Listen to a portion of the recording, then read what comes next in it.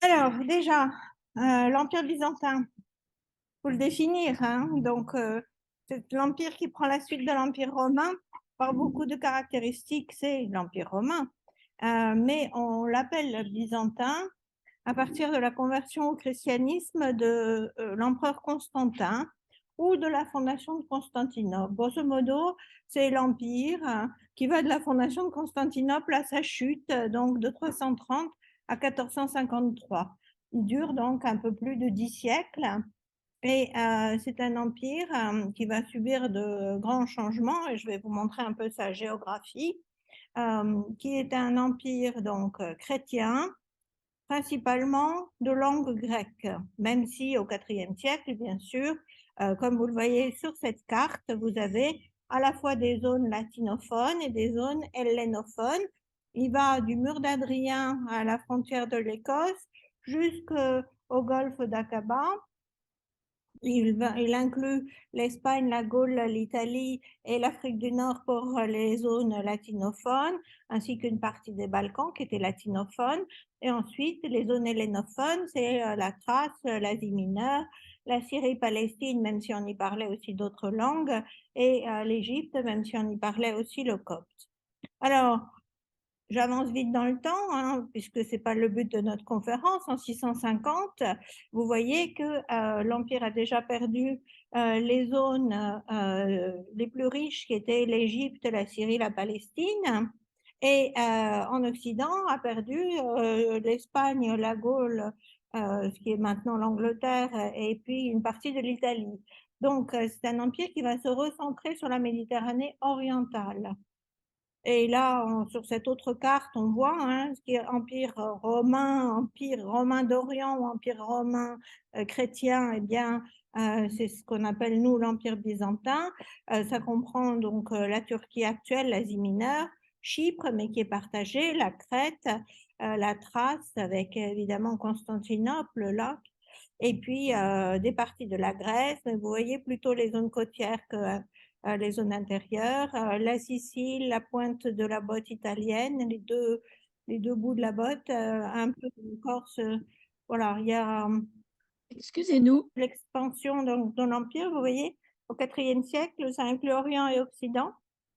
Ensuite, au 7e et au 8e siècle, ça va perdre des zones comme l'Égypte, la Syrie, la Palestine, puis ensuite l'Afrique du Nord. Hein. On le voit là, c'est une zone qui est occupée par le califat omeyyade et l'Empire byzantin est vraiment réduit à l'Asie mineure, la Grèce, on va dire, et le sud de l'Italie. Au XIIe siècle, c'est encore plus réduit. Alors, c'est la zone que vous voyez ici en violet foncé, qui est vraiment les Balkans et la Grèce. Et puis, après les croisades, les croisés vont reprendre une partie de l'Asie mineure, tout un territoire à l'ouest de l'Asie mineure, au sud de l'Asie mineure. Et puis ensuite, ils vont créer leurs propres États, c'est-à-dire cesser de rendre les territoires, hein, aussi bien le comté d'Édesse que la principauté d'Antioche, le comté de Tripoli et le royaume de Jérusalem, qui ne deviendront jamais byzantins. Voilà. Et alors, je fais un résumé très, très rapide. Hein. Après la quatrième croisade, donc la prise, le pillage de Constantinople par les Latins, l'Empire est complètement éclaté. Ce que vous voyez en rose saumon, eh bien, c'est l'Empire latin. Et en fait, vous avez des petits morceaux de byzantin en épire, l'Empire de Nicée, on appelle ça empire, mais vous voyez, ça a la taille d'un petit royaume. Hein. Et puis, Trébizonde. Alors, il y aura une reconquête de Constantinople, il y aura des batailles, mais grosso modo, la nouvelle force qui arrive, ce sont les Ottomans, qui vont progressivement s'étendre. Et vous savez, au XVIIe, ils iront jusqu'à Vienne. Ils ne prendront pas Vienne, ils s'arrêtent à Vienne. Hein, mais sinon, tout le monde dit byzantin aura été complètement englobé. Voilà, c'était juste pour vous faire un rappel et on vient à notre sujet principal qui est donc les femmes et le droit. Alors, si vous avez suivi un peu les informations contemporaines, vous avez vu que aux États-Unis, donc le droit à l'avortement a été remis en question ou plutôt laissé à la libre appréciation des États. et qu'en France, on parle de constitutionnaliser ce droit par ailleurs. Donc, le corps des femmes est un enjeu pour les systèmes juridiques, on va dire, pour les juristes. Et ça n'a pas échappé ni au droit romain, ni au droit canonique.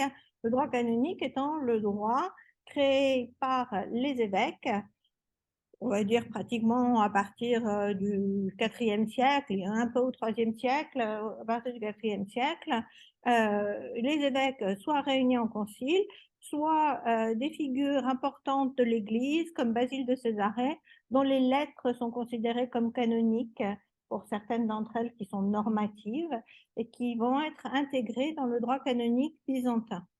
Ce droit canonique, donc, il évolue par adjonction de nouveaux conciles, et puis il arrive à une forme à peu près stable, on va dire au IXe siècle, et ensuite il va être commenté par des canonistes, par des spécialistes du droit canonique. Et donc ça forme un corpus qui est pour moi un corpus de sources important et intéressant. Donc, dans le droit, aussi bien civil que canonique, les femmes sont considérées comme des mineures. Il n'y a pas de majorité. Elles sont soit sous la protection d'un père ou d'un mari ou d'un membre du clergé. Si elles ont des affaires avec la justice, il faut qu'elles soient accompagnées éventuellement par un fils. Elles ne peuvent pas elles-mêmes parler au tribunal. Il faut qu'elles aient un représentant masculin. Par ailleurs, le droit civil byzantin, tout en réduisant leur capacité d'action dans la société, il y a des métiers qui leur sont interdits. Alors évidemment, l'armée, elle ne porte pas d'armes, mais aussi être orfèvre. Il ne faut pas laisser aux femmes le soin de l'or. Apparemment, tout ce qui brille, c'est trop dangereux. Donc, tout ce qui concerne la monnaie aussi, hein, ce n'est pas du domaine des femmes. Voilà. Mais elles sont aussi protégées par le droit. D'abord, dans le droit byzantin, il y a une évolution importante et intéressante qui fait que dans le monde romain, vous savez, tout le monde n'a pas le droit de se marier, en fait. Le mariage est un privilège pour certaines catégories de personnes libres et, par exemple, les esclaves n'ont pas le droit de se marier. Et progressivement, vous allez avoir une assimilation du concubinage au mariage dans le monde byzantin du 8e siècle. C'est-à-dire que le droit byzantin va dire si un homme prend sous son toit une femme de manière régulière, eh bien, il ne peut plus la chasser. Elle est considérée comme son épouse. Donc, protection des femmes, protection de la dot. La dot est la partie financière, sous forme d'objet quand vous êtes paysan, sous forme de propriété quand vous êtes plus riche, qui revient à la femme. Si son mari vient à décéder, ou bien s'il y a, pour une raison ou une autre, un divorce. Et si le mari a des dettes, le fisc ne peut pas s'emparer de la dot. Ouais. Donc ça, c'est une véritable protection des femmes parce que la dot était finalement le moyen pour elles de continuer à vivre. Alors bon, quand c'était des paysannes et que c'était 3 casseroles et 2 vêtements, évidemment, ça allait pas très loin pour ce qui est de vivre. Mais voilà, il y a une protection juridique. Donc, vous voyez, d'un côté, une mise à l'écart de la société, limitation du pouvoir d'exercer. Elles ne peuvent pas exercer une magistrature, elles ne peuvent pas exercer un pouvoir, mais en même temps, protection. Et enfin, on va venir au sujet que je veux vous présenter aujourd'hui, qui est le contrôle sur le corps des femmes. Et si j'ai choisi ce sujet, c'est pour vous expliquer à quel point tout ce qui touche à la féminité est un sujet de contrôle. Alors, on va suivre leur vie à ces femmes en étudiant les préjugés sur la menstruation, les préjugés sur l'utérus, les dangers de l'accouchement, et puis souligner les difficultés, les limitations particulières à la féminité. Alors, si j'ai choisi ce sujet-là plutôt que les femmes et le pouvoir, c'est parce qu'il est un peu moins traditionnel et qu'il va me permettre de vous faire comprendre à quel point le droit canonique est tributaire des connaissances des évêques ou des clercs qui l'écrivaient. C'est-à-dire que c'est un droit qui tient compte de ce qu'on savait du corps humain, de ce qu'on savait de la médecine. Et vous allez voir que c'est pas triste. Alors, on va voir ce qu'il en est de la gynécologie à Byzance. Et donc, déjà, c'est un savoir masculin sur les femmes, c'est-à-dire qu'il y a des sages-femmes, on a quelques traités féminins, mais dans l'ensemble, c'est écrit très, très majoritairement par des hommes. Et la gynécologie à Byzance, eh bien, c'est un héritage de la médecine grecque antique. Alors, on verra ensuite quel est l'impact aussi de la religion, l'imaginaire de la conception, et puis on terminera par les accusations d'avortement. Si on a le temps, si j'arrive à faire tout. Alors, la médecine grecque antique, vous le savez tous, ça commence avec des auteurs comme Hippocrate, hein. Là on est carrément avant Jésus-Christ, Galien, un médecin romain, Soranos d'Éphèse au IIe siècle après Jésus-Christ, qui a écrit un traité sur les femmes que l'on a retrouvé dans un manuscrit byzantin du XVe siècle. Le monde byzantin, vous le savez, a servi grosso modo à transmettre la culture antique. S'il n'y avait pas eu des Byzantins pour recopier Euripide, eh ben, on n'aurait pas Euripide, hein. Et là, ben, c'est vrai aussi pour la médecine grecque. Alors, ce qui est intéressant dans ce travail de ce médecin du XVe siècle, c'est qu'il a copié et synthétisé des œuvres sur la gynécologie, les fœtus, les bébés. Il s'est composé en quelque sorte une sélection de morceaux choisis dans les travaux des médecins antiques.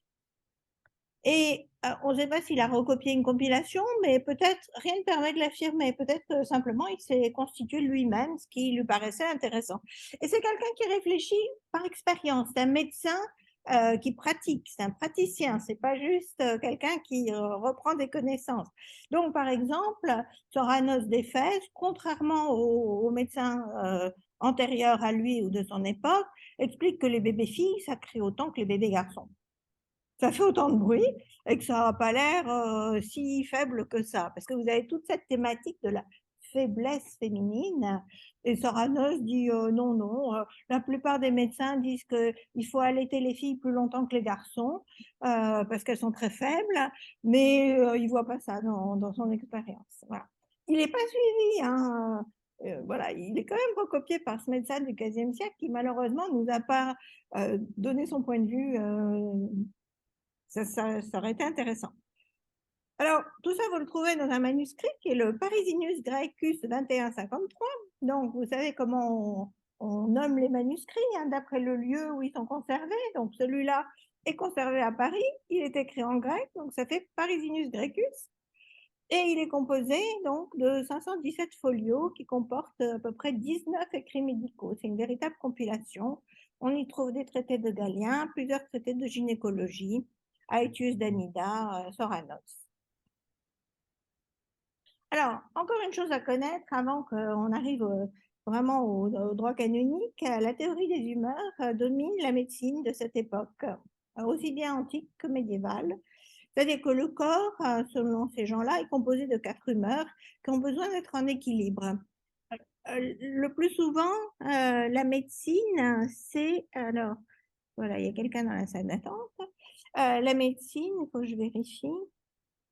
Il n'y a pas d'autres gens dans la salle d'attente, peut-être? Je ne sais pas. La médecine, c'est surtout de la diététique, surtout de l'alimentation pour équilibrer les humeurs, hein. On fait, voilà, si vous avez trop de celle-ci, eh ben, vous devez rectifier pour en avoir un peu moins. Donc, on vous dit quoi manger à quelle saison. Alors, vous avez vu que les humeurs, hein, le sang, la bile, le flegme, ça correspond aussi à des éléments, l'air, le feu, la terre et l'eau. Ça correspond aussi à des températures où le chaud et l'humide, le sec et le chaud, le sec et le froid, l'humide et le froid, et puis à des saisons. Donc ça, c'est important parce que vous allez voir, ça a un impact sur les notions qu'il se faisait de la conception. Alors maintenant, autre préjugé intéressant, l'utérus. L'utérus, vous savez, on ne pratiquait pas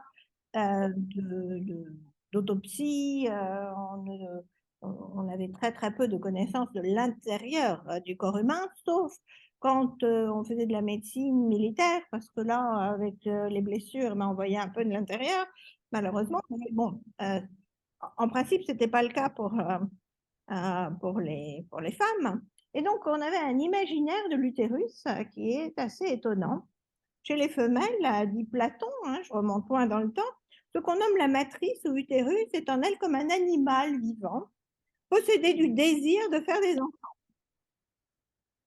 Lorsque, pendant longtemps et malgré la saison favorable, la matrice est demeurée stérile, elle s'irrite dangereusement, elle s'agite dans tous sens, dans le corps, elle obstrue les passages de l'air, empêche l'inspiration, met ainsi le corps dans les pires angoisses et lui occasionne d'autres maladies de toutes sortes. Alors, oui, c'est Platon qui dit ça. Arrêté de Cappadoce au 1er siècle décrit aussi l'utérus comme un organe tout vagabond. Et alors, il est affecté par les bonnes odeurs et va au-devant d'elles. Il supporte au contraire mal les mauvaises odeurs et les fuit. Et au total, la matrice est chez les femmes comme un être vivant dans un autre. Étonnant, hein? Alors, l'utérus, il faut arriver à le contrôler. Donc, est-ce qu'il s'ouvre pour pouvoir faire des enfants, mais est-ce qu'il ferme pour que l'enfant ne s'échappe pas avant le terme de la grossesse?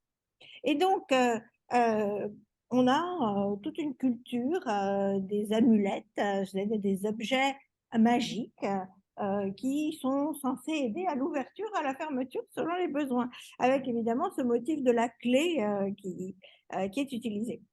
La matrice ou l'utérus est parfois représenté comme une pieuvre avec 7 bras, parce que la clé, alors 7 toujours, hein, c'est des chiffres un peu magiques, voilà. C'est un animal marin, la pieuvre, ça évoque l'humidité de la matrice. Hein. Et puis on sait que le poulpe était aussi utilisé dans les recettes magico-médicales. Donc, vous voyez, c'est ce que j'appelle l'imaginaire de l'utérus. Hein, voilà, ça, dans la pensée de ces gens-là, l'utérus est une sorte d'être vivant, d'animal. Alors, ce qu'il faut connaître aussi, c'est l'anthropologie byzantine qui est héritée du passé, dans laquelle, vous savez, la droite est supérieure à la gauche. Hein. Donc, si les oiseaux allaient dans un sens hein, pour les oracles, eh bien, c'était considéré comme face ou néfaste. Le masculin est supérieur au féminin, c'est-à-dire que la femme est un être imparfait qui n'a pas été suffisamment cuite dans l'utérus en quelque sorte. Et donc, l'homme est chaud et sec, du côté du chaud et du sec, et donc plus proche des êtres spirituels comme les anges. Et la femme, elle est du côté du froid et de l'humide, et donc plus proche du monde animal. Voilà. Donc ça, c'est les préjugés généraux, on va dire. Ben voyons, oui. Oui, vous n'allez pas sortir de là très édifié sur les Byzantins, je suis désolée. Mais bon. Alors, on a quelques idées amusantes sur la conception. Comment faisait-on les enfants? Alors, ce n'est pas un traité de sexualité que je vais vous faire, mais plutôt de l'influence du chaud et du froid sur le fait d'avoir des filles ou des garçons. Voilà ce que Anastase le Sinaïte, un moine donc, qui vivait au 7e siècle, écrit. Les causes naturelles influencent les éléments du corps, de sorte que suite au changement climatique, et aux différentes causes relevant des constitutions, s'il arrive que l'élément chaud soit abondant au moment de la conception, le nouveau-né devient de constitution chaude. Il aime la vie et il est généreux. Si la conception a lieu sous l'emprise de l'élément froid, le nouveau-né devient plus chaste et plus froid. Et les mêmes choses arrivent concernant les autres éléments. L'élément sec rend l'homme colérique, amer, impassible, dur. L'élément humide le rend paresseux, attaché à la matière, gourmand et sale. Donc, vous avez, vous voyez, toute une série de préjugés autour de la théorie des humeurs et de tentatives d'explication, en fait, du masculin, du féminin et du caractère des gens en fonction du sec et de l'humide. Alors, je vous cite encore un autre auteur, Michel Tselin, considéré comme le grand historien du monde byzantin. C'est aussi un polygraphe, il a écrit sur beaucoup de sujets. Et alors, sur la conception, il écrit des choses qui font quand même un peu sourire, vous allez voir. Donc, déjà, il faut savoir que pour les Byzantins, les testicules sont des réceptacles et ce ne sont pas un lieu de production de sperme. De même que l'utérus de la femme est perçu comme un vase, un réceptacle pour y déposer donc la semence masculine qui va créer le bébé. Alors, voilà ce qu'il écrit. Comme l'un des testicules est à droite et l'autre à gauche, celui de droite est plus chaud que celui de gauche. Toujours cette notion que droite, c'est mieux que gauche, que chaud, c'est mieux que froid, que sec, c'est mieux que humide. De même, la matrice, donc cette fois c'est l'utérus, a deux cavités qui reçoivent le sperme masculin, donc la cavité de droite et la gauche. Alors, l'homme est plus chaud que la femme. Si le sperme tombe dans la cavité droite, alors ce qui favorise la croissance, voilà. Alors que les filles sont à gauche et donc elles sont moins parfaites. Et voilà. Donc, ça, c'est deux auteurs que vous pouvez par ailleurs étudier dans le cadre d'études théologiques parce qu'ils ont eu une influence assez importante, ou bien qui ont écrit pour Théodoré de Cire de la géographie, donc des vies de saints vraiment très utiles. Mais vous voyez, ces deux hommes, ils partageaient les connaissances médicales ordinaires de leur temps, quoi, pratiquement. Et donc, ils vont reproduire ces préjugés aussi dans leur propre conception des relations entre les femmes et la religion. Alors, l'un des sujets, évidemment, qui revient régulièrement, c'est le sujet de l'impureté féminine et du sang menstruel. Selon le Lévitique, le sang menstruel est une cause d'impureté et on parle de ces femmes comme celles qui se tiennent à l'écart.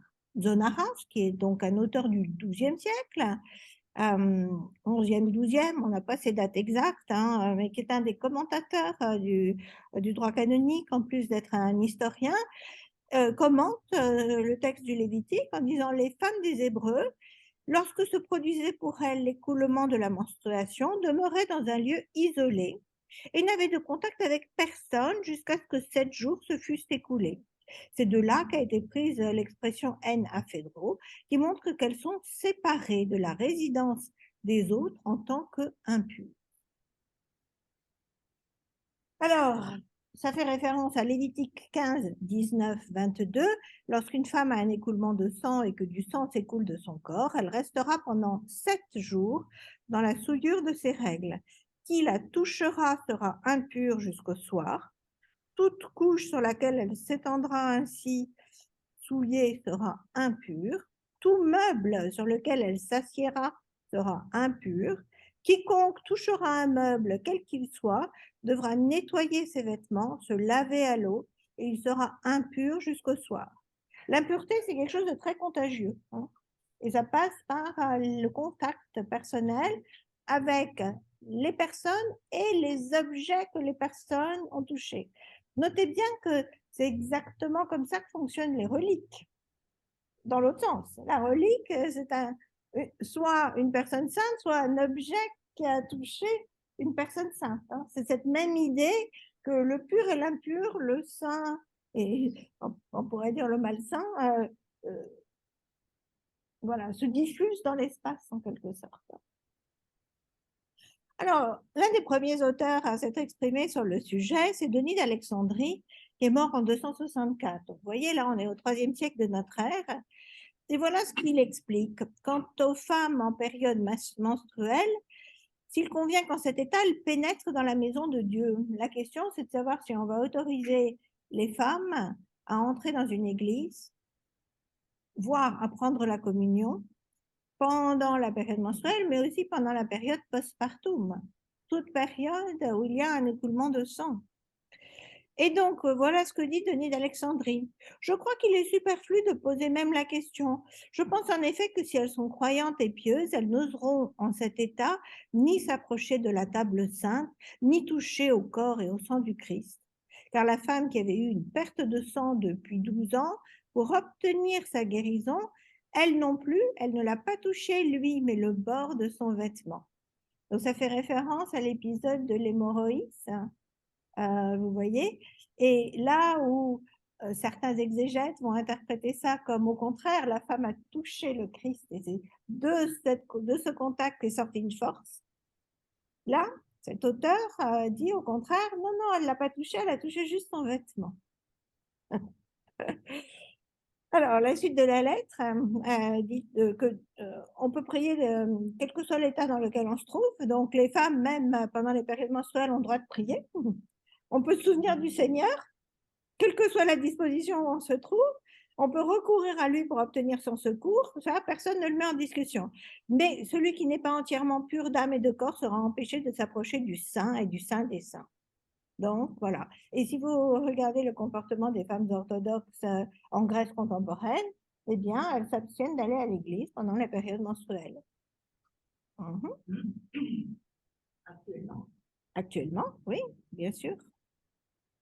Et ça a laissé des traces très profondes, hein, cette politique sur l'impureté. Alors, la question maintenant, c'est de savoir comment ça va changer dans le temps. Est-ce qu'il va y avoir des discussions? Et oui, il va y avoir des discussions. Donc, Timothée d'Alexandrie écrit à des clercs, s'exprime à des clercs lors d'une réunion du Concile de Constantinople en 381 et explique qu'une femme qui a les dérangements mensuels ne peut pas s'approcher des saints mystères jusqu'à ce qu'elle soit purifiée. Donc là, on est vraiment dans la logique biblique de l'impureté du sang, qu'on appelle le tabou du sang, et de la nécessité d'une purification. Vous savez, pour les femmes juives, ça passe par un bain rituel, un mikva, donc il y avait à côté des synagogues, il y avait des bains pour la purification. Les constitutions apostoliques, donc, qui sont une compilation du IVe siècle, seconde moitié du IVe siècle, nous fournissent une liste de ce qui était considéré comme une source d'impureté rituelle aux yeux de certains chrétiens. Donc, avant d'aller prendre la communion, il était interdit d'avoir des relations sexuelles. L'émission de sperme, de façon générale, était aussi considérée comme une impureté. L'écoulement de sang, donc, mais aussi l'accouchement, mais aussi les fausses couches, tout ce qui est écoulement de sang. Et donc, il y a eu tout un débat au IVe siècle parce que il y avait des chrétiens qui s'opposaient avec vigueur à cette notion de souillure corporelle héritée du Lévitique. Et voici ce que disent ces gens. Puisque Jésus n'a fait aucun reproche à l'hémorroïs, ne l'a nullement accusé de l'avoir touché, il n'y a aucune raison d'empêcher les femmes de toucher le corps du Christ dans le pain consacré. Voilà, tout le débat, c'est ça, savoir si une femme peut ou non communier pendant les périodes d'écoulement de sang, ou si ça crée une impureté rédhibitoire. Et la question a été soulevée pour les femmes beaucoup plus longtemps et de manière beaucoup plus systématique qu'elle ne l'a été pour l'émission de sperme. Il y a quand même des débats dans les milieux monastiques sur les émissions involontaires de sperme nocturnes. Et est-ce que ça crée un empêchement pour aller communier le lendemain? Donc ça, vous trouvez ça chez Cassien.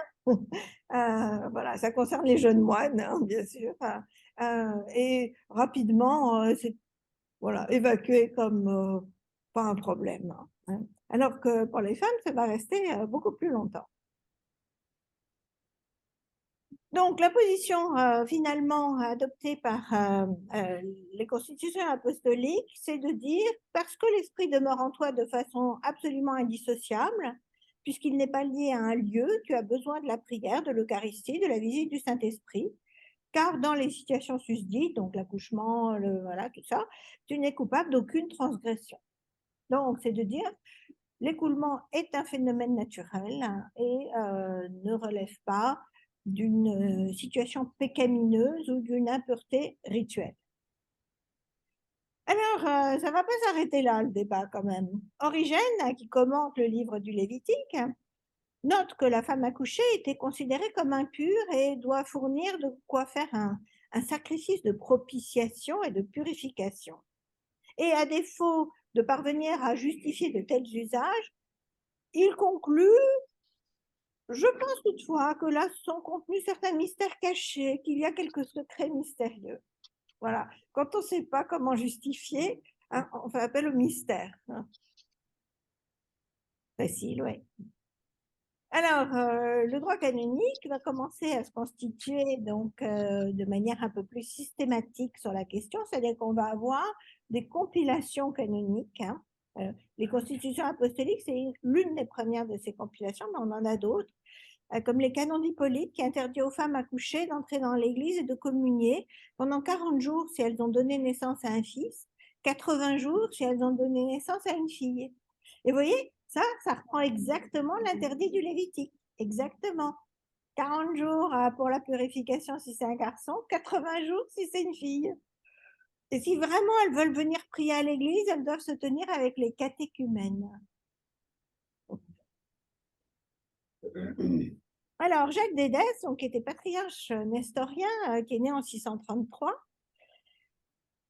lui a une position différente. C'est-à-dire que, voilà, ce que je vous décris, c'est des tendances chez certains auteurs, c'est pas une position systématique sur toutes les églises.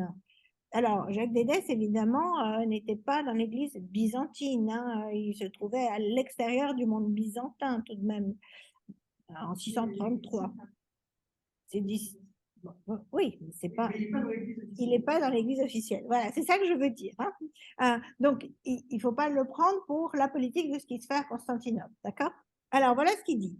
Aux accouchés, il demande de se laver, mais il les autorise à communier 2 ou 3 jours après la naissance de leur enfant, car il considère qu'elles ne sont pas rendues impures par l'accouchement. En revanche, il refuse que les femmes viennent communier pendant la période menstruelle.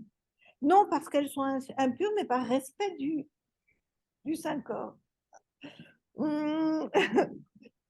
Voilà, c'est mitamita. C'est un peu ci, un peu ça. Bon, les accouchées, elles sont vraiment en danger de mort. Donc, allez, on les autorise à prendre la communion. Les autres, bah non, finalement. Alors, revenons dans le monde byzantin. Et au XIe siècle, le patriarche de Constantinople réaffirme la règle d'une purification nécessaire pour les femmes qui ont accouché.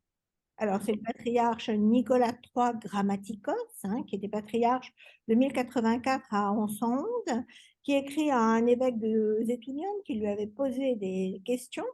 Et voilà ce qu'il dit. Les femmes délivrées de l'enfant dans les jours du Saint Carême, qui n'ont pas encore été purifiées par la cérémonie du 40e jour ou sanctifiées par une prière, ne peuvent pas participer aux choses saintes, à moins que, se trouvant peut-être à toute extrémité à cause d'une maladie et de l'attente de la mort, on ne leur accorde la communion après une prière préalable. Ces prières-là, personne n'interdit de les faire à domicile. Ce qu'il ne veut pas, c'est qu'elles viennent à l'église, hein, vous voyez. Mais voilà, il dit, bon, si vous êtes vraiment à l'extrémité, bon, allez, on va vous donner quand même la communion, sinon, pas de Pâques si vous avez accouché en carême. Voilà. Les accouchées sont exclues sauf danger de mort, elles ne peuvent pas fêter Pâques si elles ont accouché alors que le temps de leur relevaille n'est pas encore présent. Alors, il y a quelques exceptions tout de même à la règle. Et c'est la politique de conversion qui crée ces exceptions. Dans une requête adressée à l'empereur Léon VI, le patriarche Étienne lui demande de décréter que l'accouché encore infidèle et le nouveau-né en danger de mort puissent recevoir l'un le baptême et l'Eucharistie et l'autre l'Eucharistie, enfin les deux en fait. Vous savez que dans le monde byzantin, dans le monde orthodoxe, baptême et Eucharistie sont pratiqués en même temps. Hein. Donc voilà, qu'ils puissent recevoir baptême et Eucharistie sans attendre le 40e jour après l'enfantement. Donc, s'il y a danger de mort, là, toutes les règles s'effacent et vous pouvez avoir extrême onction d'un côté, si je puis dire, avec la communion, et de l'autre côté, vous pouvez avoir baptême et Eucharistie. Voilà. Le salut de l'âme est quand même plus important que l'impureté menstruelle ou l'écoulement, le problème de l'écoulement de sang. Alors, cette politique d'exclusion des femmes pendant la période d'écoulement de sang, elle concerne aussi tous ceux qui sont en contact avec elles. Toujours pas cette idée de transmission de l'impureté par contact. Et donc, les sages-femmes, pratiquement, n'ont jamais le droit d'aller communier. Parce qu'elles sont toujours en contact avec une femme accouchée. Et donc, elles ont été contaminées par cette impureté. et elles ont besoin d'une purification. Il faudrait qu'elles prennent des vacances, une pause pour pouvoir communier. Alors, on a quelques prières sur la purification, justement, qui ont été conservées. Au bout de 40 jours, la femme a été, devait être purifiée. Après cette purification, elle pouvait venir à l'église et à ce moment-là, on pouvait faire une prière sur l'enfant à cette date. C'était pour ça que souvent, sauf danger de mort, les baptêmes à Byzance étaient reportés plus tard pour que la mère puisse y participer, puisse y assister. Donc, très rarement, vous avez ce que vous allez avoir dans l'église latine en Occident, un baptême dans la semaine, sauf, encore une fois, danger de mort. Cette période des 40 jours, c'est une période d'isolement pour la femme, que l'on met à l'écart jusqu'à sa purification. Et ce réel isolement, eh bien, il a été pratiqué aussi dans le monde latin, où vous aviez jusqu'au relevail en Bretagne, encore au 19e siècle, on mettait les accouchés dans une pièce et on fermait la porte et voilà, on ne devait pas leur rendre visite, on devait les laisser tranquilles. Voilà, donc il y a ce genre de tradition, vous voyez, c'est ça l'impact tout de même du texte biblique sur la durée. Ce chiffre de 40 qui vient absolument du Lévitique.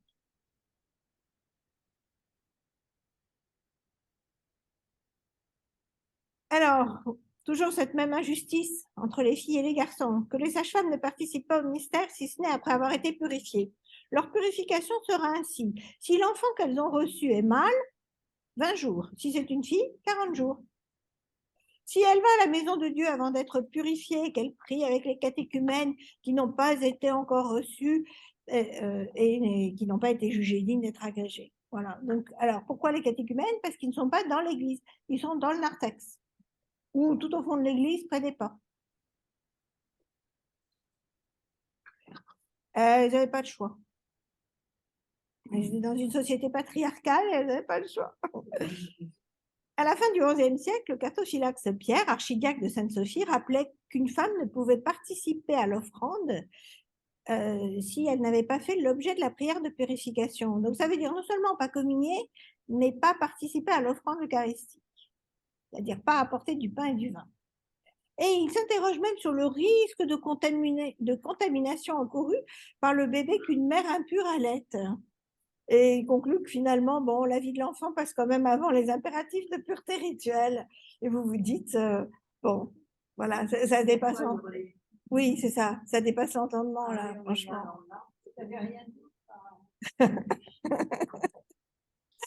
Alors, l'Occident n'ignorait pas le tabou du sang, mais elle n'a pas développé au même degré la notion d'impureté féminine.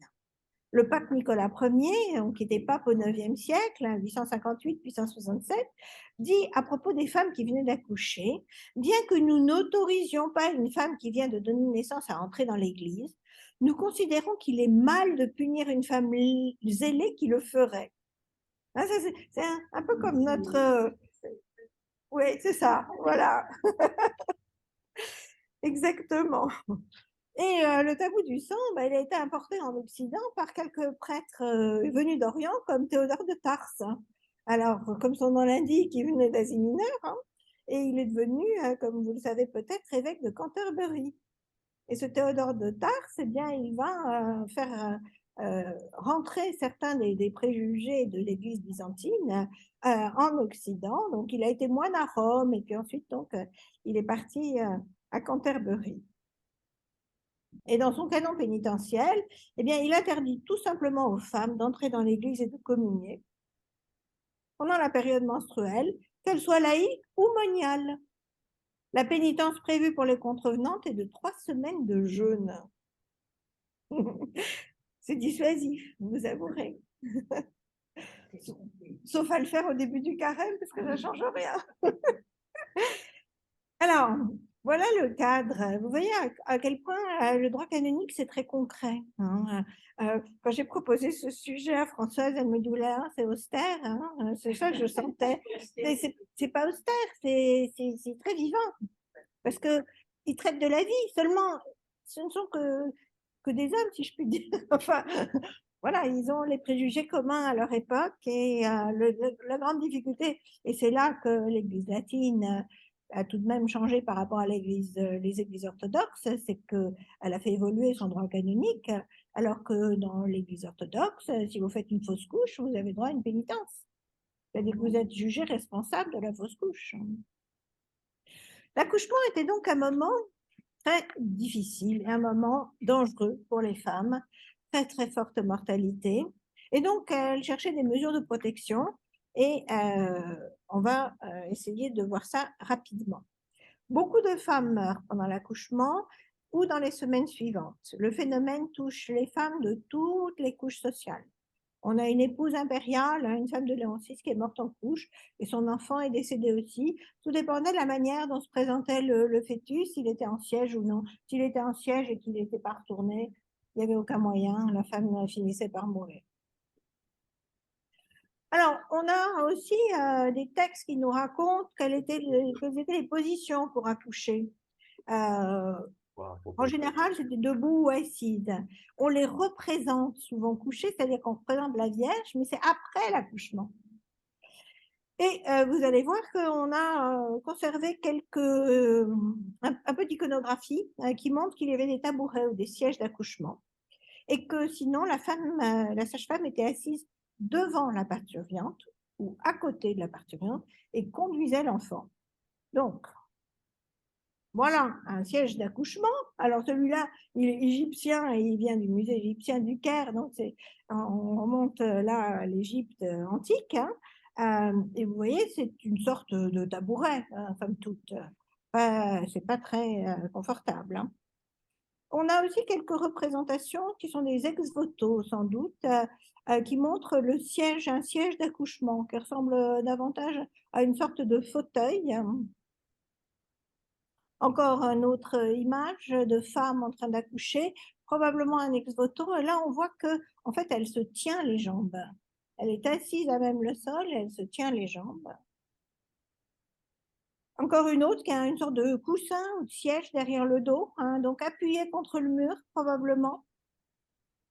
Tout ça sont des objets que vous pouvez trouver ici au cabinet des médailles, à la Bibliothèque nationale de France. Et on a aussi de l'iconographie. Alors, les accouchements, c'est très, très, très rare dans l'iconographie. Mais parce qu'on a des textes bibliques, on peut trouver aussi de l'iconographie à ce sujet. Et ce que vous voyez là, c'est Rebecca en train d'accoucher. Et vous voyez, elle appuie sa main sur la tête de la sage-femme. Ça devait être un peu pénible pour la sage-femme. Qui conduit l'enfant, qui le fait sortir du corps, pratiquement. Voilà. Donc là, c'est des jumeaux.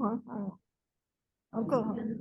Voilà, il y en a déjà un qui est né et l'autre qui arrive.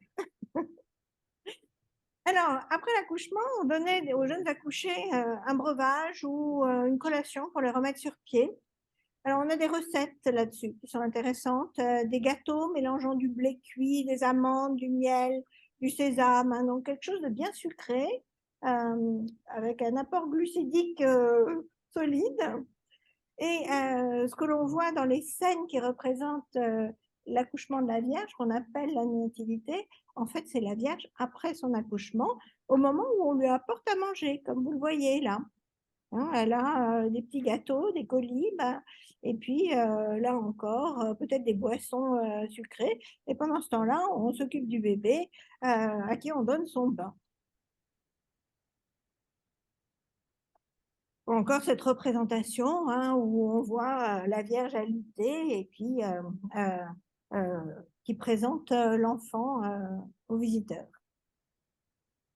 Alors, je vous ai dit quand même pas mal de mal finalement de ce monde byzantin, mais il faut savoir que le monde byzantin a quand même créé l'hôpital. Et ça, ce n'est pas rien. Et notamment, parmi les créations intéressantes, on a ce qu'on pourra appeler les premières cliniques d'accouchement. Alors, ce n'est pas des cliniques d'accouchement parce qu'on va y faire venir des femmes juste après l'accouchement plutôt. Et donc, c'est Jean l'aumônier, qui était patriarche d'Alexandrie au début du 7e siècle, qui crée une sorte d'hôpital pour que des jeunes accouchés, qui sont de pauvres femmes, puissent trouver quelques repas substantiels pour retrouver des forces. Et il leur permet de rester jusqu'à 7 jours. Alors, c'est intéressant comme chiffre, hein, parce que vous savez que de nos jours, on expédie les femmes au bout de 3 jours. Mais quand moi j'étais plus jeune, c'est-à-dire il y a très longtemps, c'était une semaine, hein. Donc voilà, cette notion qu'il faut une semaine, c'était déjà acquis par les Byzantins du 7e siècle, du début du 7e siècle. Voilà ce que dit la vie donc, de Jean de Chypre, qui est le patriarche d'Alexandrie. Des pauvrettes qui venaient tout juste d'accoucher étaient obligées, mourant de faim, de courir à la distribution alors qu'elles souffraient encore des peines de l'enfantement, qu'on les voyait toutes pâles et se tordant de douleur. À cette nouvelle, l'admirable saint fit construire en divers lieux de la ville 7 maisons d'accouchement et prescrivit qu'en chacune d'elles fussent dressés 40 lits, en lesquels chaque femme en couche fut au repos 7 jours entiers, et qu'ensuite elle reçut le tiers d'un sou d'or et rentra chez elle. Voilà. Sécurité sociale avant l'heure.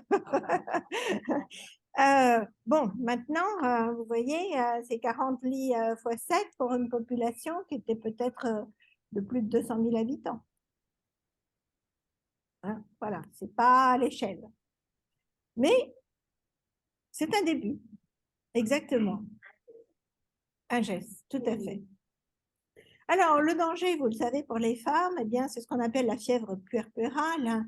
C'est-à-dire que l'absence d'hygiène, le recours à des sages-femmes qui véhiculaient les microbes d'une femme à l'autre entraînait une surmortalité féminine des jeunes accouchés. Et ça, la médecine grecque puis byzantine ne savait absolument pas le gérer.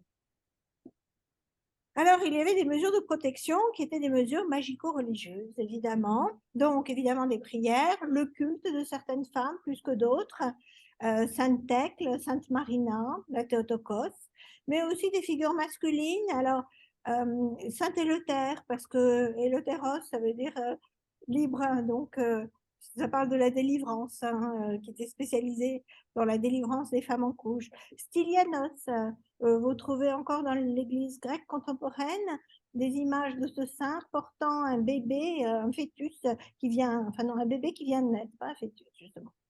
Et Nicolas pouvait être appelé Nicolas protecteur des enfants, voilà. On pouvait utiliser des reliques, bien sûr, et puis des amulettes. Alors ça, c'était pas toujours très bien vu de la part des ecclésiastiques. Donc, la principale protectrice, évidemment, c'est la Théotokos, c'est la Vierge Marie, autour de laquelle se crée toute une série de récits sur un accouchement sans douleur. Très enviable pour le reste des femmes. Il n'y avait pas de péridurale, donc c'est sûr que voilà. Et cette notion d'un accouchement sans douleur fait qu'il y a eu tout un débat parce que pour la fête de la purification de la Vierge, donc comme femme juive, elle devait être purifiée de son accouchement, eh bien les Byzantins faisaient des petits gâteaux justement en souvenir de ce qu'on donne aux femmes. Et certains ecclésiastiques s'en sont offusqués en disant mais elle n'avait pas besoin de petits gâteaux puisque ça s'est passé sans souci, sans douleur. Bon. Ensuite, les reliques de la Vierge étaient très prisées. Mais évidemment, tout le monde n'avait pas accès à ces reliques. Alors, l'impératrice Théodora, au IXe siècle, vénérait la relique de la ceinture de la Vierge, qui était gardée dans l'une des églises de Constantinople, au Blackern, et on disait qu'elle aidait les femmes pendant le travail de l'accouchement. Alors, quand on n'était pas impératrice, qu'est-ce qu'on faisait? Eh ben, on mettait une ceinture sur les colonnes d'une église. Et ensuite, on venait les rechercher au moment de l'accouchement. Voilà. La même idée, un peu moins chic.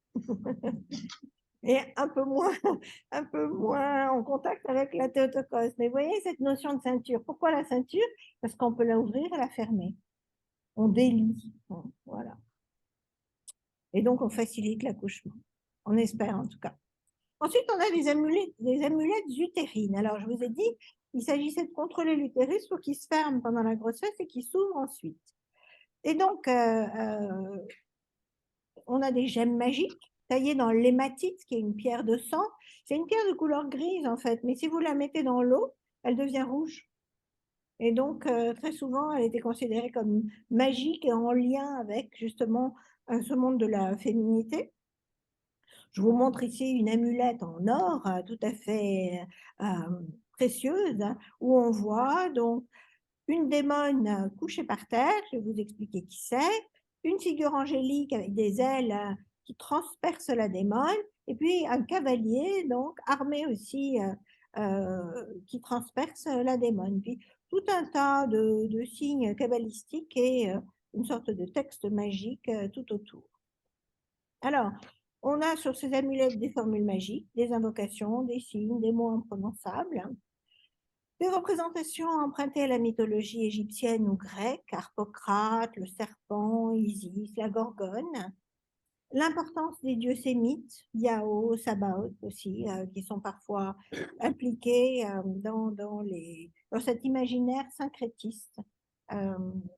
Et puis, on a des thématiques qui vont être reprises aussi par le christianisme, en particulier le cavalier, Saint Georges, va devenir l'une des figures, Sisignos dans le monde copte, et ce cavalier qui transperce les démons, lesquels démons sont genrés, c'est des démones qui s'attaquent aux femmes et aux bébés, et les figures angéliques qui vont avoir ce rôle protecteur aussi, et en particulier les archanges. Alors, la démone, elle a toutes sortes de noms, mais elle s'appelle en particulier Gilo ou Gélo, et elle prend la forme d'une femme qui s'attaque aux nourrissons ou aux femmes enceintes. Elle passe par les trous de porte, par les craquelures dans les murs, et donc on dit aux femmes qu'il faut absolument qu'elles s'enferment, qu'elles feutrent leur chambre. Elle est mentionnée dans plusieurs textes byzantins, jusqu'à Psellos, qui lui consacre tout un traité, mais même au-delà, jusque dans le folklore ensuite, elle continue à sévir, cette démone. Elle est en particulier invoquée dès qu'il y a la mort subite du nourrisson, vous savez, ce bébé qui arrête de respirer. On a donc toute une série d'amulettes où vous voyez ce syncrétisme avec un côté chrétien, ici un archange, et une autre côté, vous avez une sorte de gorgone, c'est l'amulette de Madara, donc vraiment ce mélange des genres. La gorgone était en effet très volontiers utilisée pour repousser le mal, c'était un motif apotropéique. En plus, on récitait des formules magiques, certaines ont été retrouvées sur papyrus, on portait des amulettes sur soi ou dans les vêtements, attachées au bras, où on attachait au bras des bébés des petites cordelettes rouges pour les protéger aussi. Donc, toute une série de rituels qui étaient très importants. Et enfin, eh bien, quand la grossesse n'arrivait pas à son terme et qu'il y avait donc une fausse couche, les femmes étaient le plus souvent suspectées. Et donc là, on revient à des choses plus négatives. Voilà ce que dit le concile Intrulo, qui est le premier grand concile pour l'Église byzantine seulement, c'est un concile qui n'est pas reçu à Rome, qui dit « Quiconque donne ou prend des remèdes pour provoquer un avortement doit être puni comme meurtrier ». Seulement voilà, comment distinguer un avortement et une fausse couche? C'est ça qu'ils ne savaient pas faire.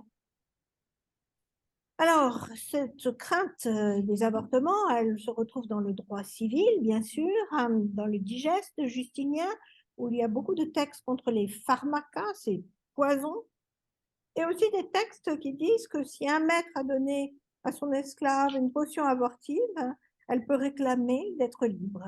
Donc, c'est vraiment des textes qui montrent qu'on redoutait terriblement cet usage des abortifs dans le droit civil. Alors, voilà les pharmacas selon le livre du Digeste, qui est une compilation, vous le savez, du droit romain antérieur à l'époque de Justinien, mais qui a été donc compilé sous le règne de Justinien au VIe siècle. Les pharmacas, ça peut être des produits destinés à soigner, mais aussi des produits destinés à tuer, des filtres d'amour. À l'occasion, j'aurais pu vous faire tout un cours sur le danger de la passion amoureuse et comment on craignait les filtres d'amour. Et puis plus tard, dans le droit byzantin du Xe siècle, dans les basiliques, on y inclut les sileptica, c'est-à-dire des drogues pour concevoir qui tuent. Donc, c'est des drogues abortives, en fait. La médecine, vous le savez, prête serment pour ne pas donner la mort.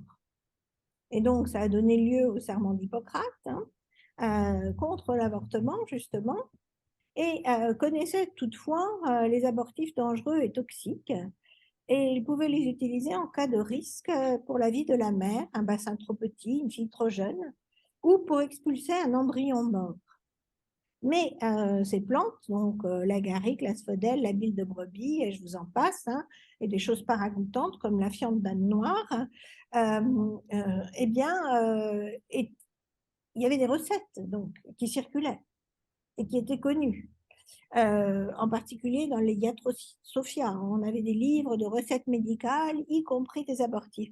Donc, vous comprenez la crainte de la société byzantine que ces textes soient utilisés pour créer des avortements. Et donc, je termine avec ce texte de Basile de Césarée, qui est donc un évêque du IVe siècle, père de l'Église, un auteur très important, dont je vous ai dit tout à l'heure que ces lettres étaient considérées comme canoniques, entraient dans le droit canonique. Et voilà ce qu'il dit. Celle qui a détruit son fruit, c'est-à-dire son enfant volontairement, encourt la peine du meurtre. Il n'y a pas lieu pour nous de préciser si l'embryon était formé ou non configuré. Donc, même si ça se passe au début de la grossesse, c'est considéré comme un meurtre. En effet, ici doit être défendu non seulement l'être en devenir, mais aussi celui qui a attenté à lui-même, parce que la plupart du temps, les femmes meurent de telles entreprises. Et s'ajoute à cela la destruction de l'embryon, autre meurtre, du moins dans le dessein de celles qui osent ces actions. Il faut pourtant ne pas prolonger jusqu'à la mort leur pénitence, mais accepter la mesure des 10 ans. Il ne faut pas définir la thérapie seulement en fonction de la durée, mais en fonction du mode de repentir. Donc voilà ce qui se passait pour beaucoup de femmes qui faisaient une fausse couche, dont la grossesse était connue et qui faisaient une fausse couche. Eh bien, c'était une accusation d'avoir causé volontairement la fausse couche et une pénitence pouvait s'ensuivre de 10 ans.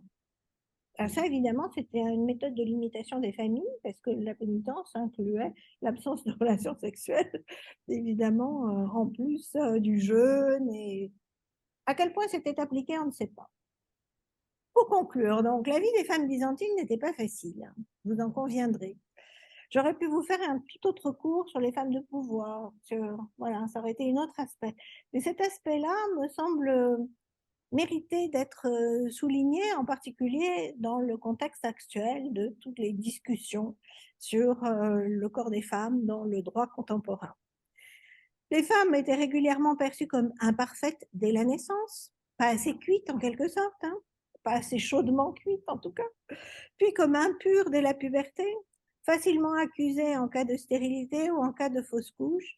Vous comprenez qu'elles avaient un statut inférieur et marginal dans la société byzantine. Ça n'a pas empêché certaines d'entre elles de braver les lois, comme Irène, qui a quand même fait aveugler son fils pour prendre le pouvoir elle-même et se déclarer impératrice, ou comme Théodora, qui elle avait choisi d'être moniale et qui a saisi le pouvoir aussi comme impératrice, ce que le droit, a priori, ne l'autorisait pas à faire.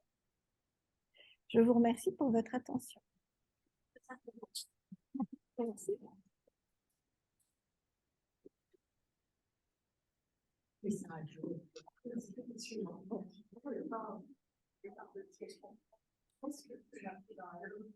Finalement, c'est une conception qui est assez générale. Ça dure après.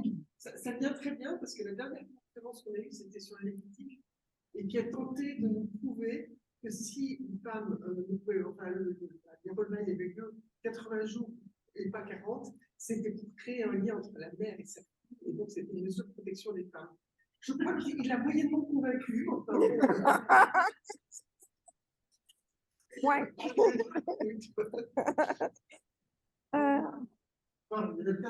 Bon, la seule chose qui les excuse, si on doit leur trouver des excuses, et j'ai pas tellement envie de leur en trouver, mais c'est qu'ils sont tributaires des connaissances médicales de leur temps. Ils héritent d'un monde Voilà, mais il y a quand même un Soranos d'Éphèse qui dit, mais tout ça, c'est des balivernes. Vous voyez bien que la petite fille, elle crie autant que le petit garçon. Donc, de temps en temps, il y avait quand même des gens qui pensaient par eux-mêmes. Oui, voilà. La science expérimentale n'est pas été acceptable. Oui. Si les grands anciens l'avaient dit, c'est pas parce qu'on constatait le contraire. Je pense que c'était une aussi, enfin, je pense qu'avec, on voit ça, enfin, on voit ça avec nos yeux aujourd'hui. Mais je pense que oui, c'est bien arrivé à un certain moment. Bah, il y a quand même encore pas mal ça dans le fait que il y a des endroits où le pupitre pour faire chanter à l'église, on le redescend pour pas qu'il se soit le cas, parce que c'était pas main. Oui, c'est-à-dire, de toute façon, Dans l'église catholique, dans les campagnes, enfin, je sais pas, moi j'ai des amis, et j'entendais que quand les femmes avaient leurs règles, elles n'avaient pas le droit de toucher aux animaux, à se faire traire les vaches, et tout, que ça faisait tout. Couler oui, tourner le lait, oui. Voilà. Et ça, c'est récent. Oui, fallait casser les vaches. Mais quand elles ne savaient pas quoi. Ouais. Voilà. Oui, c'est des préjugés très anciens, c'est ce qu'on appelle les tabous. Je Et pense que certaines femmes arrivaient à s'en sortir, comme celles qui, quand elles voulaient le voir, elles arrivaient à l'avoir quand même. Quoi. voilà, mais ouais, je vous en ai cité 2 sur 10 siècles. Oui, tout à fait, tout à fait. Je pense qu'il y en avait qui arrivaient. C'est pas beaucoup. Dont une qui l'a fait aussi avec un mode de cruauté consistant à aveugler son fils, ce qui l'empêchait de continuer à être empereur. Donc, Oui, tout à fait. voilà, donc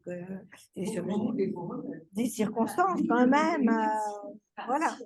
Alors, je ne pouvais pas continuer, mais j'ai beaucoup de fichiers, enfin de sources hagiographiques qui sont très intéressantes parce que dans certaines vies de saints, on vous montre des saints moines en train d'aider les femmes à accoucher.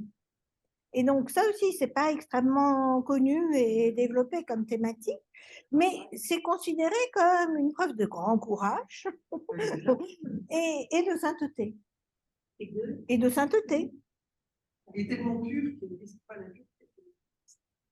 Il aide son prochain. Voilà. Et c'est ça, oui.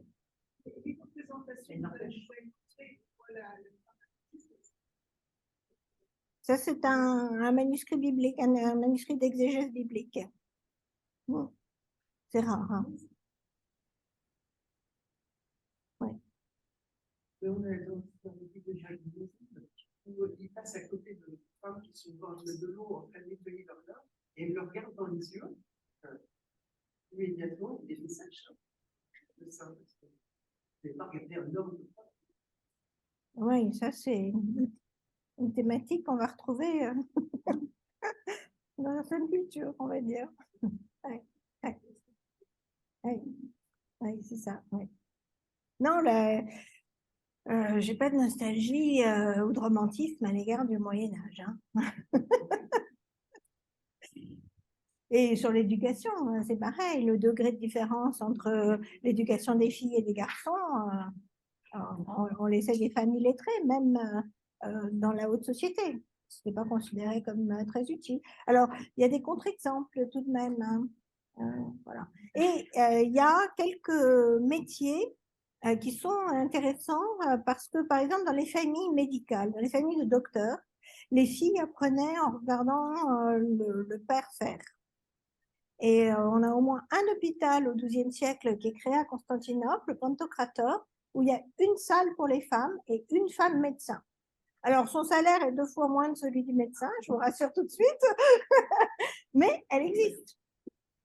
Et vous voyez, il n'y a pas d'école de médecine bien diffusée, mais ça, c'est une transmission familiale du savoir. Donc voilà, il faut toujours rester quand même nuancé. Il y a les lois. Voilà, c'est ça. Oui. Derrière la réalité. Oui, voilà. Et dans l'artisanat, par exemple, c'était important que quelqu'un tienne la comptabilité. Et donc, assez souvent, les femmes apprenaient de la comptabilité. pour aider. Donc, tous ces à côté-là, ils ne sont pas nécessairement explicites, mais on le voit, on sait que ça existe. C'est la différence entre les textes normatifs et la vie réelle, tout à fait.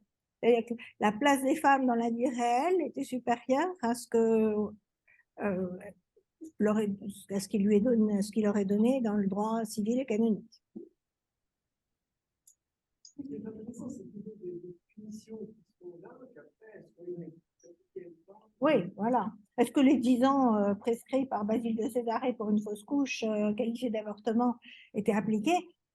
On n'a pas. Est-ce que le bénéfice du doute jouait quand même après et qu'on devait un peu de force tout le temps? Ça dépend qui ça a arrangé. Si ça a arrangé que le peuple. Oui, tout à fait. Oui, c'est ça. Alors, les peines, j'aurais pu vous faire aussi les peines pour adultère. On a toute une documentation là-dessus. Et alors, on voit que la peine, elle diminue entre l'Antiquité et le Moyen-Âge. C'est très intéressant. C'est 14 ans à l'époque de Basile. C'est 7 ans avec aménagement au XIIe siècle. Et c'est la même peine pour l'homme et pour la femme? Alors, en principe, oui, sauf que voilà. Hein.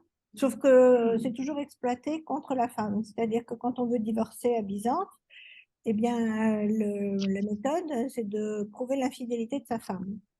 Donc, c'est assez simple. On fait rentrer un monsieur dans l'appartement de la dame. On arrive 5 minutes après. On dit « Oh, adultère !» Non. Voilà, sur le fait. Et donc, ça permettait deux choses. De faire enfermer la femme au couvent, de divorcer et de récupérer sa dot. La dot était partagée entre le couvent et le mari.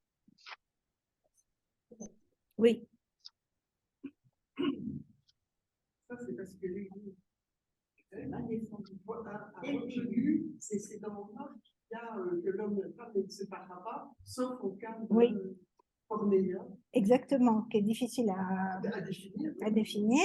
Mais que l'Église latine n'a pas retenu. Et que l'Église grecque a retenu et a mis sous le terme d'adultère féminin. Voilà, qui est un motif de divorce. Alors, il y a des motifs de divorce dans le droit civil. Si vous portez atteinte à la vie de votre femme, la femme peut demander le divorce. Voilà, il faut porter atteinte à la vie. Et dans l'autre sens, ça marche aussi. La stérilité masculine, plutôt l'impuissance masculine pendant une longue période. Oui, mais comment savoir comment c'est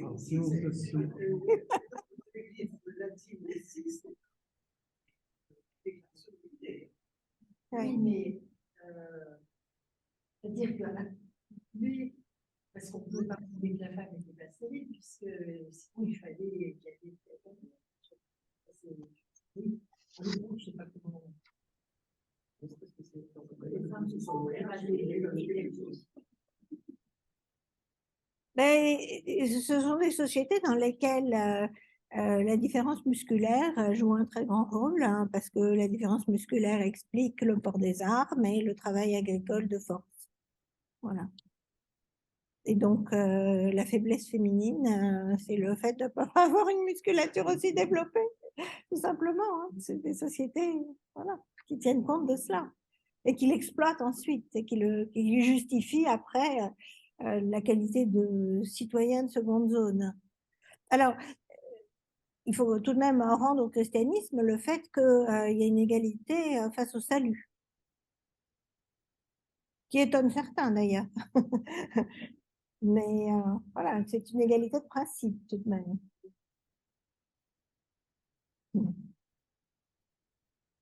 Bon. Oui, il y a eu du chemin de fait. Il y a encore des progrès à faire, mais il y a du chemin de fait. On est sur la bonne voie.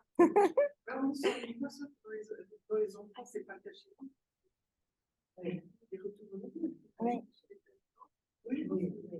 Exact. Oui. En Afghanistan, c'est pas un moment facile pour les femmes. Hein.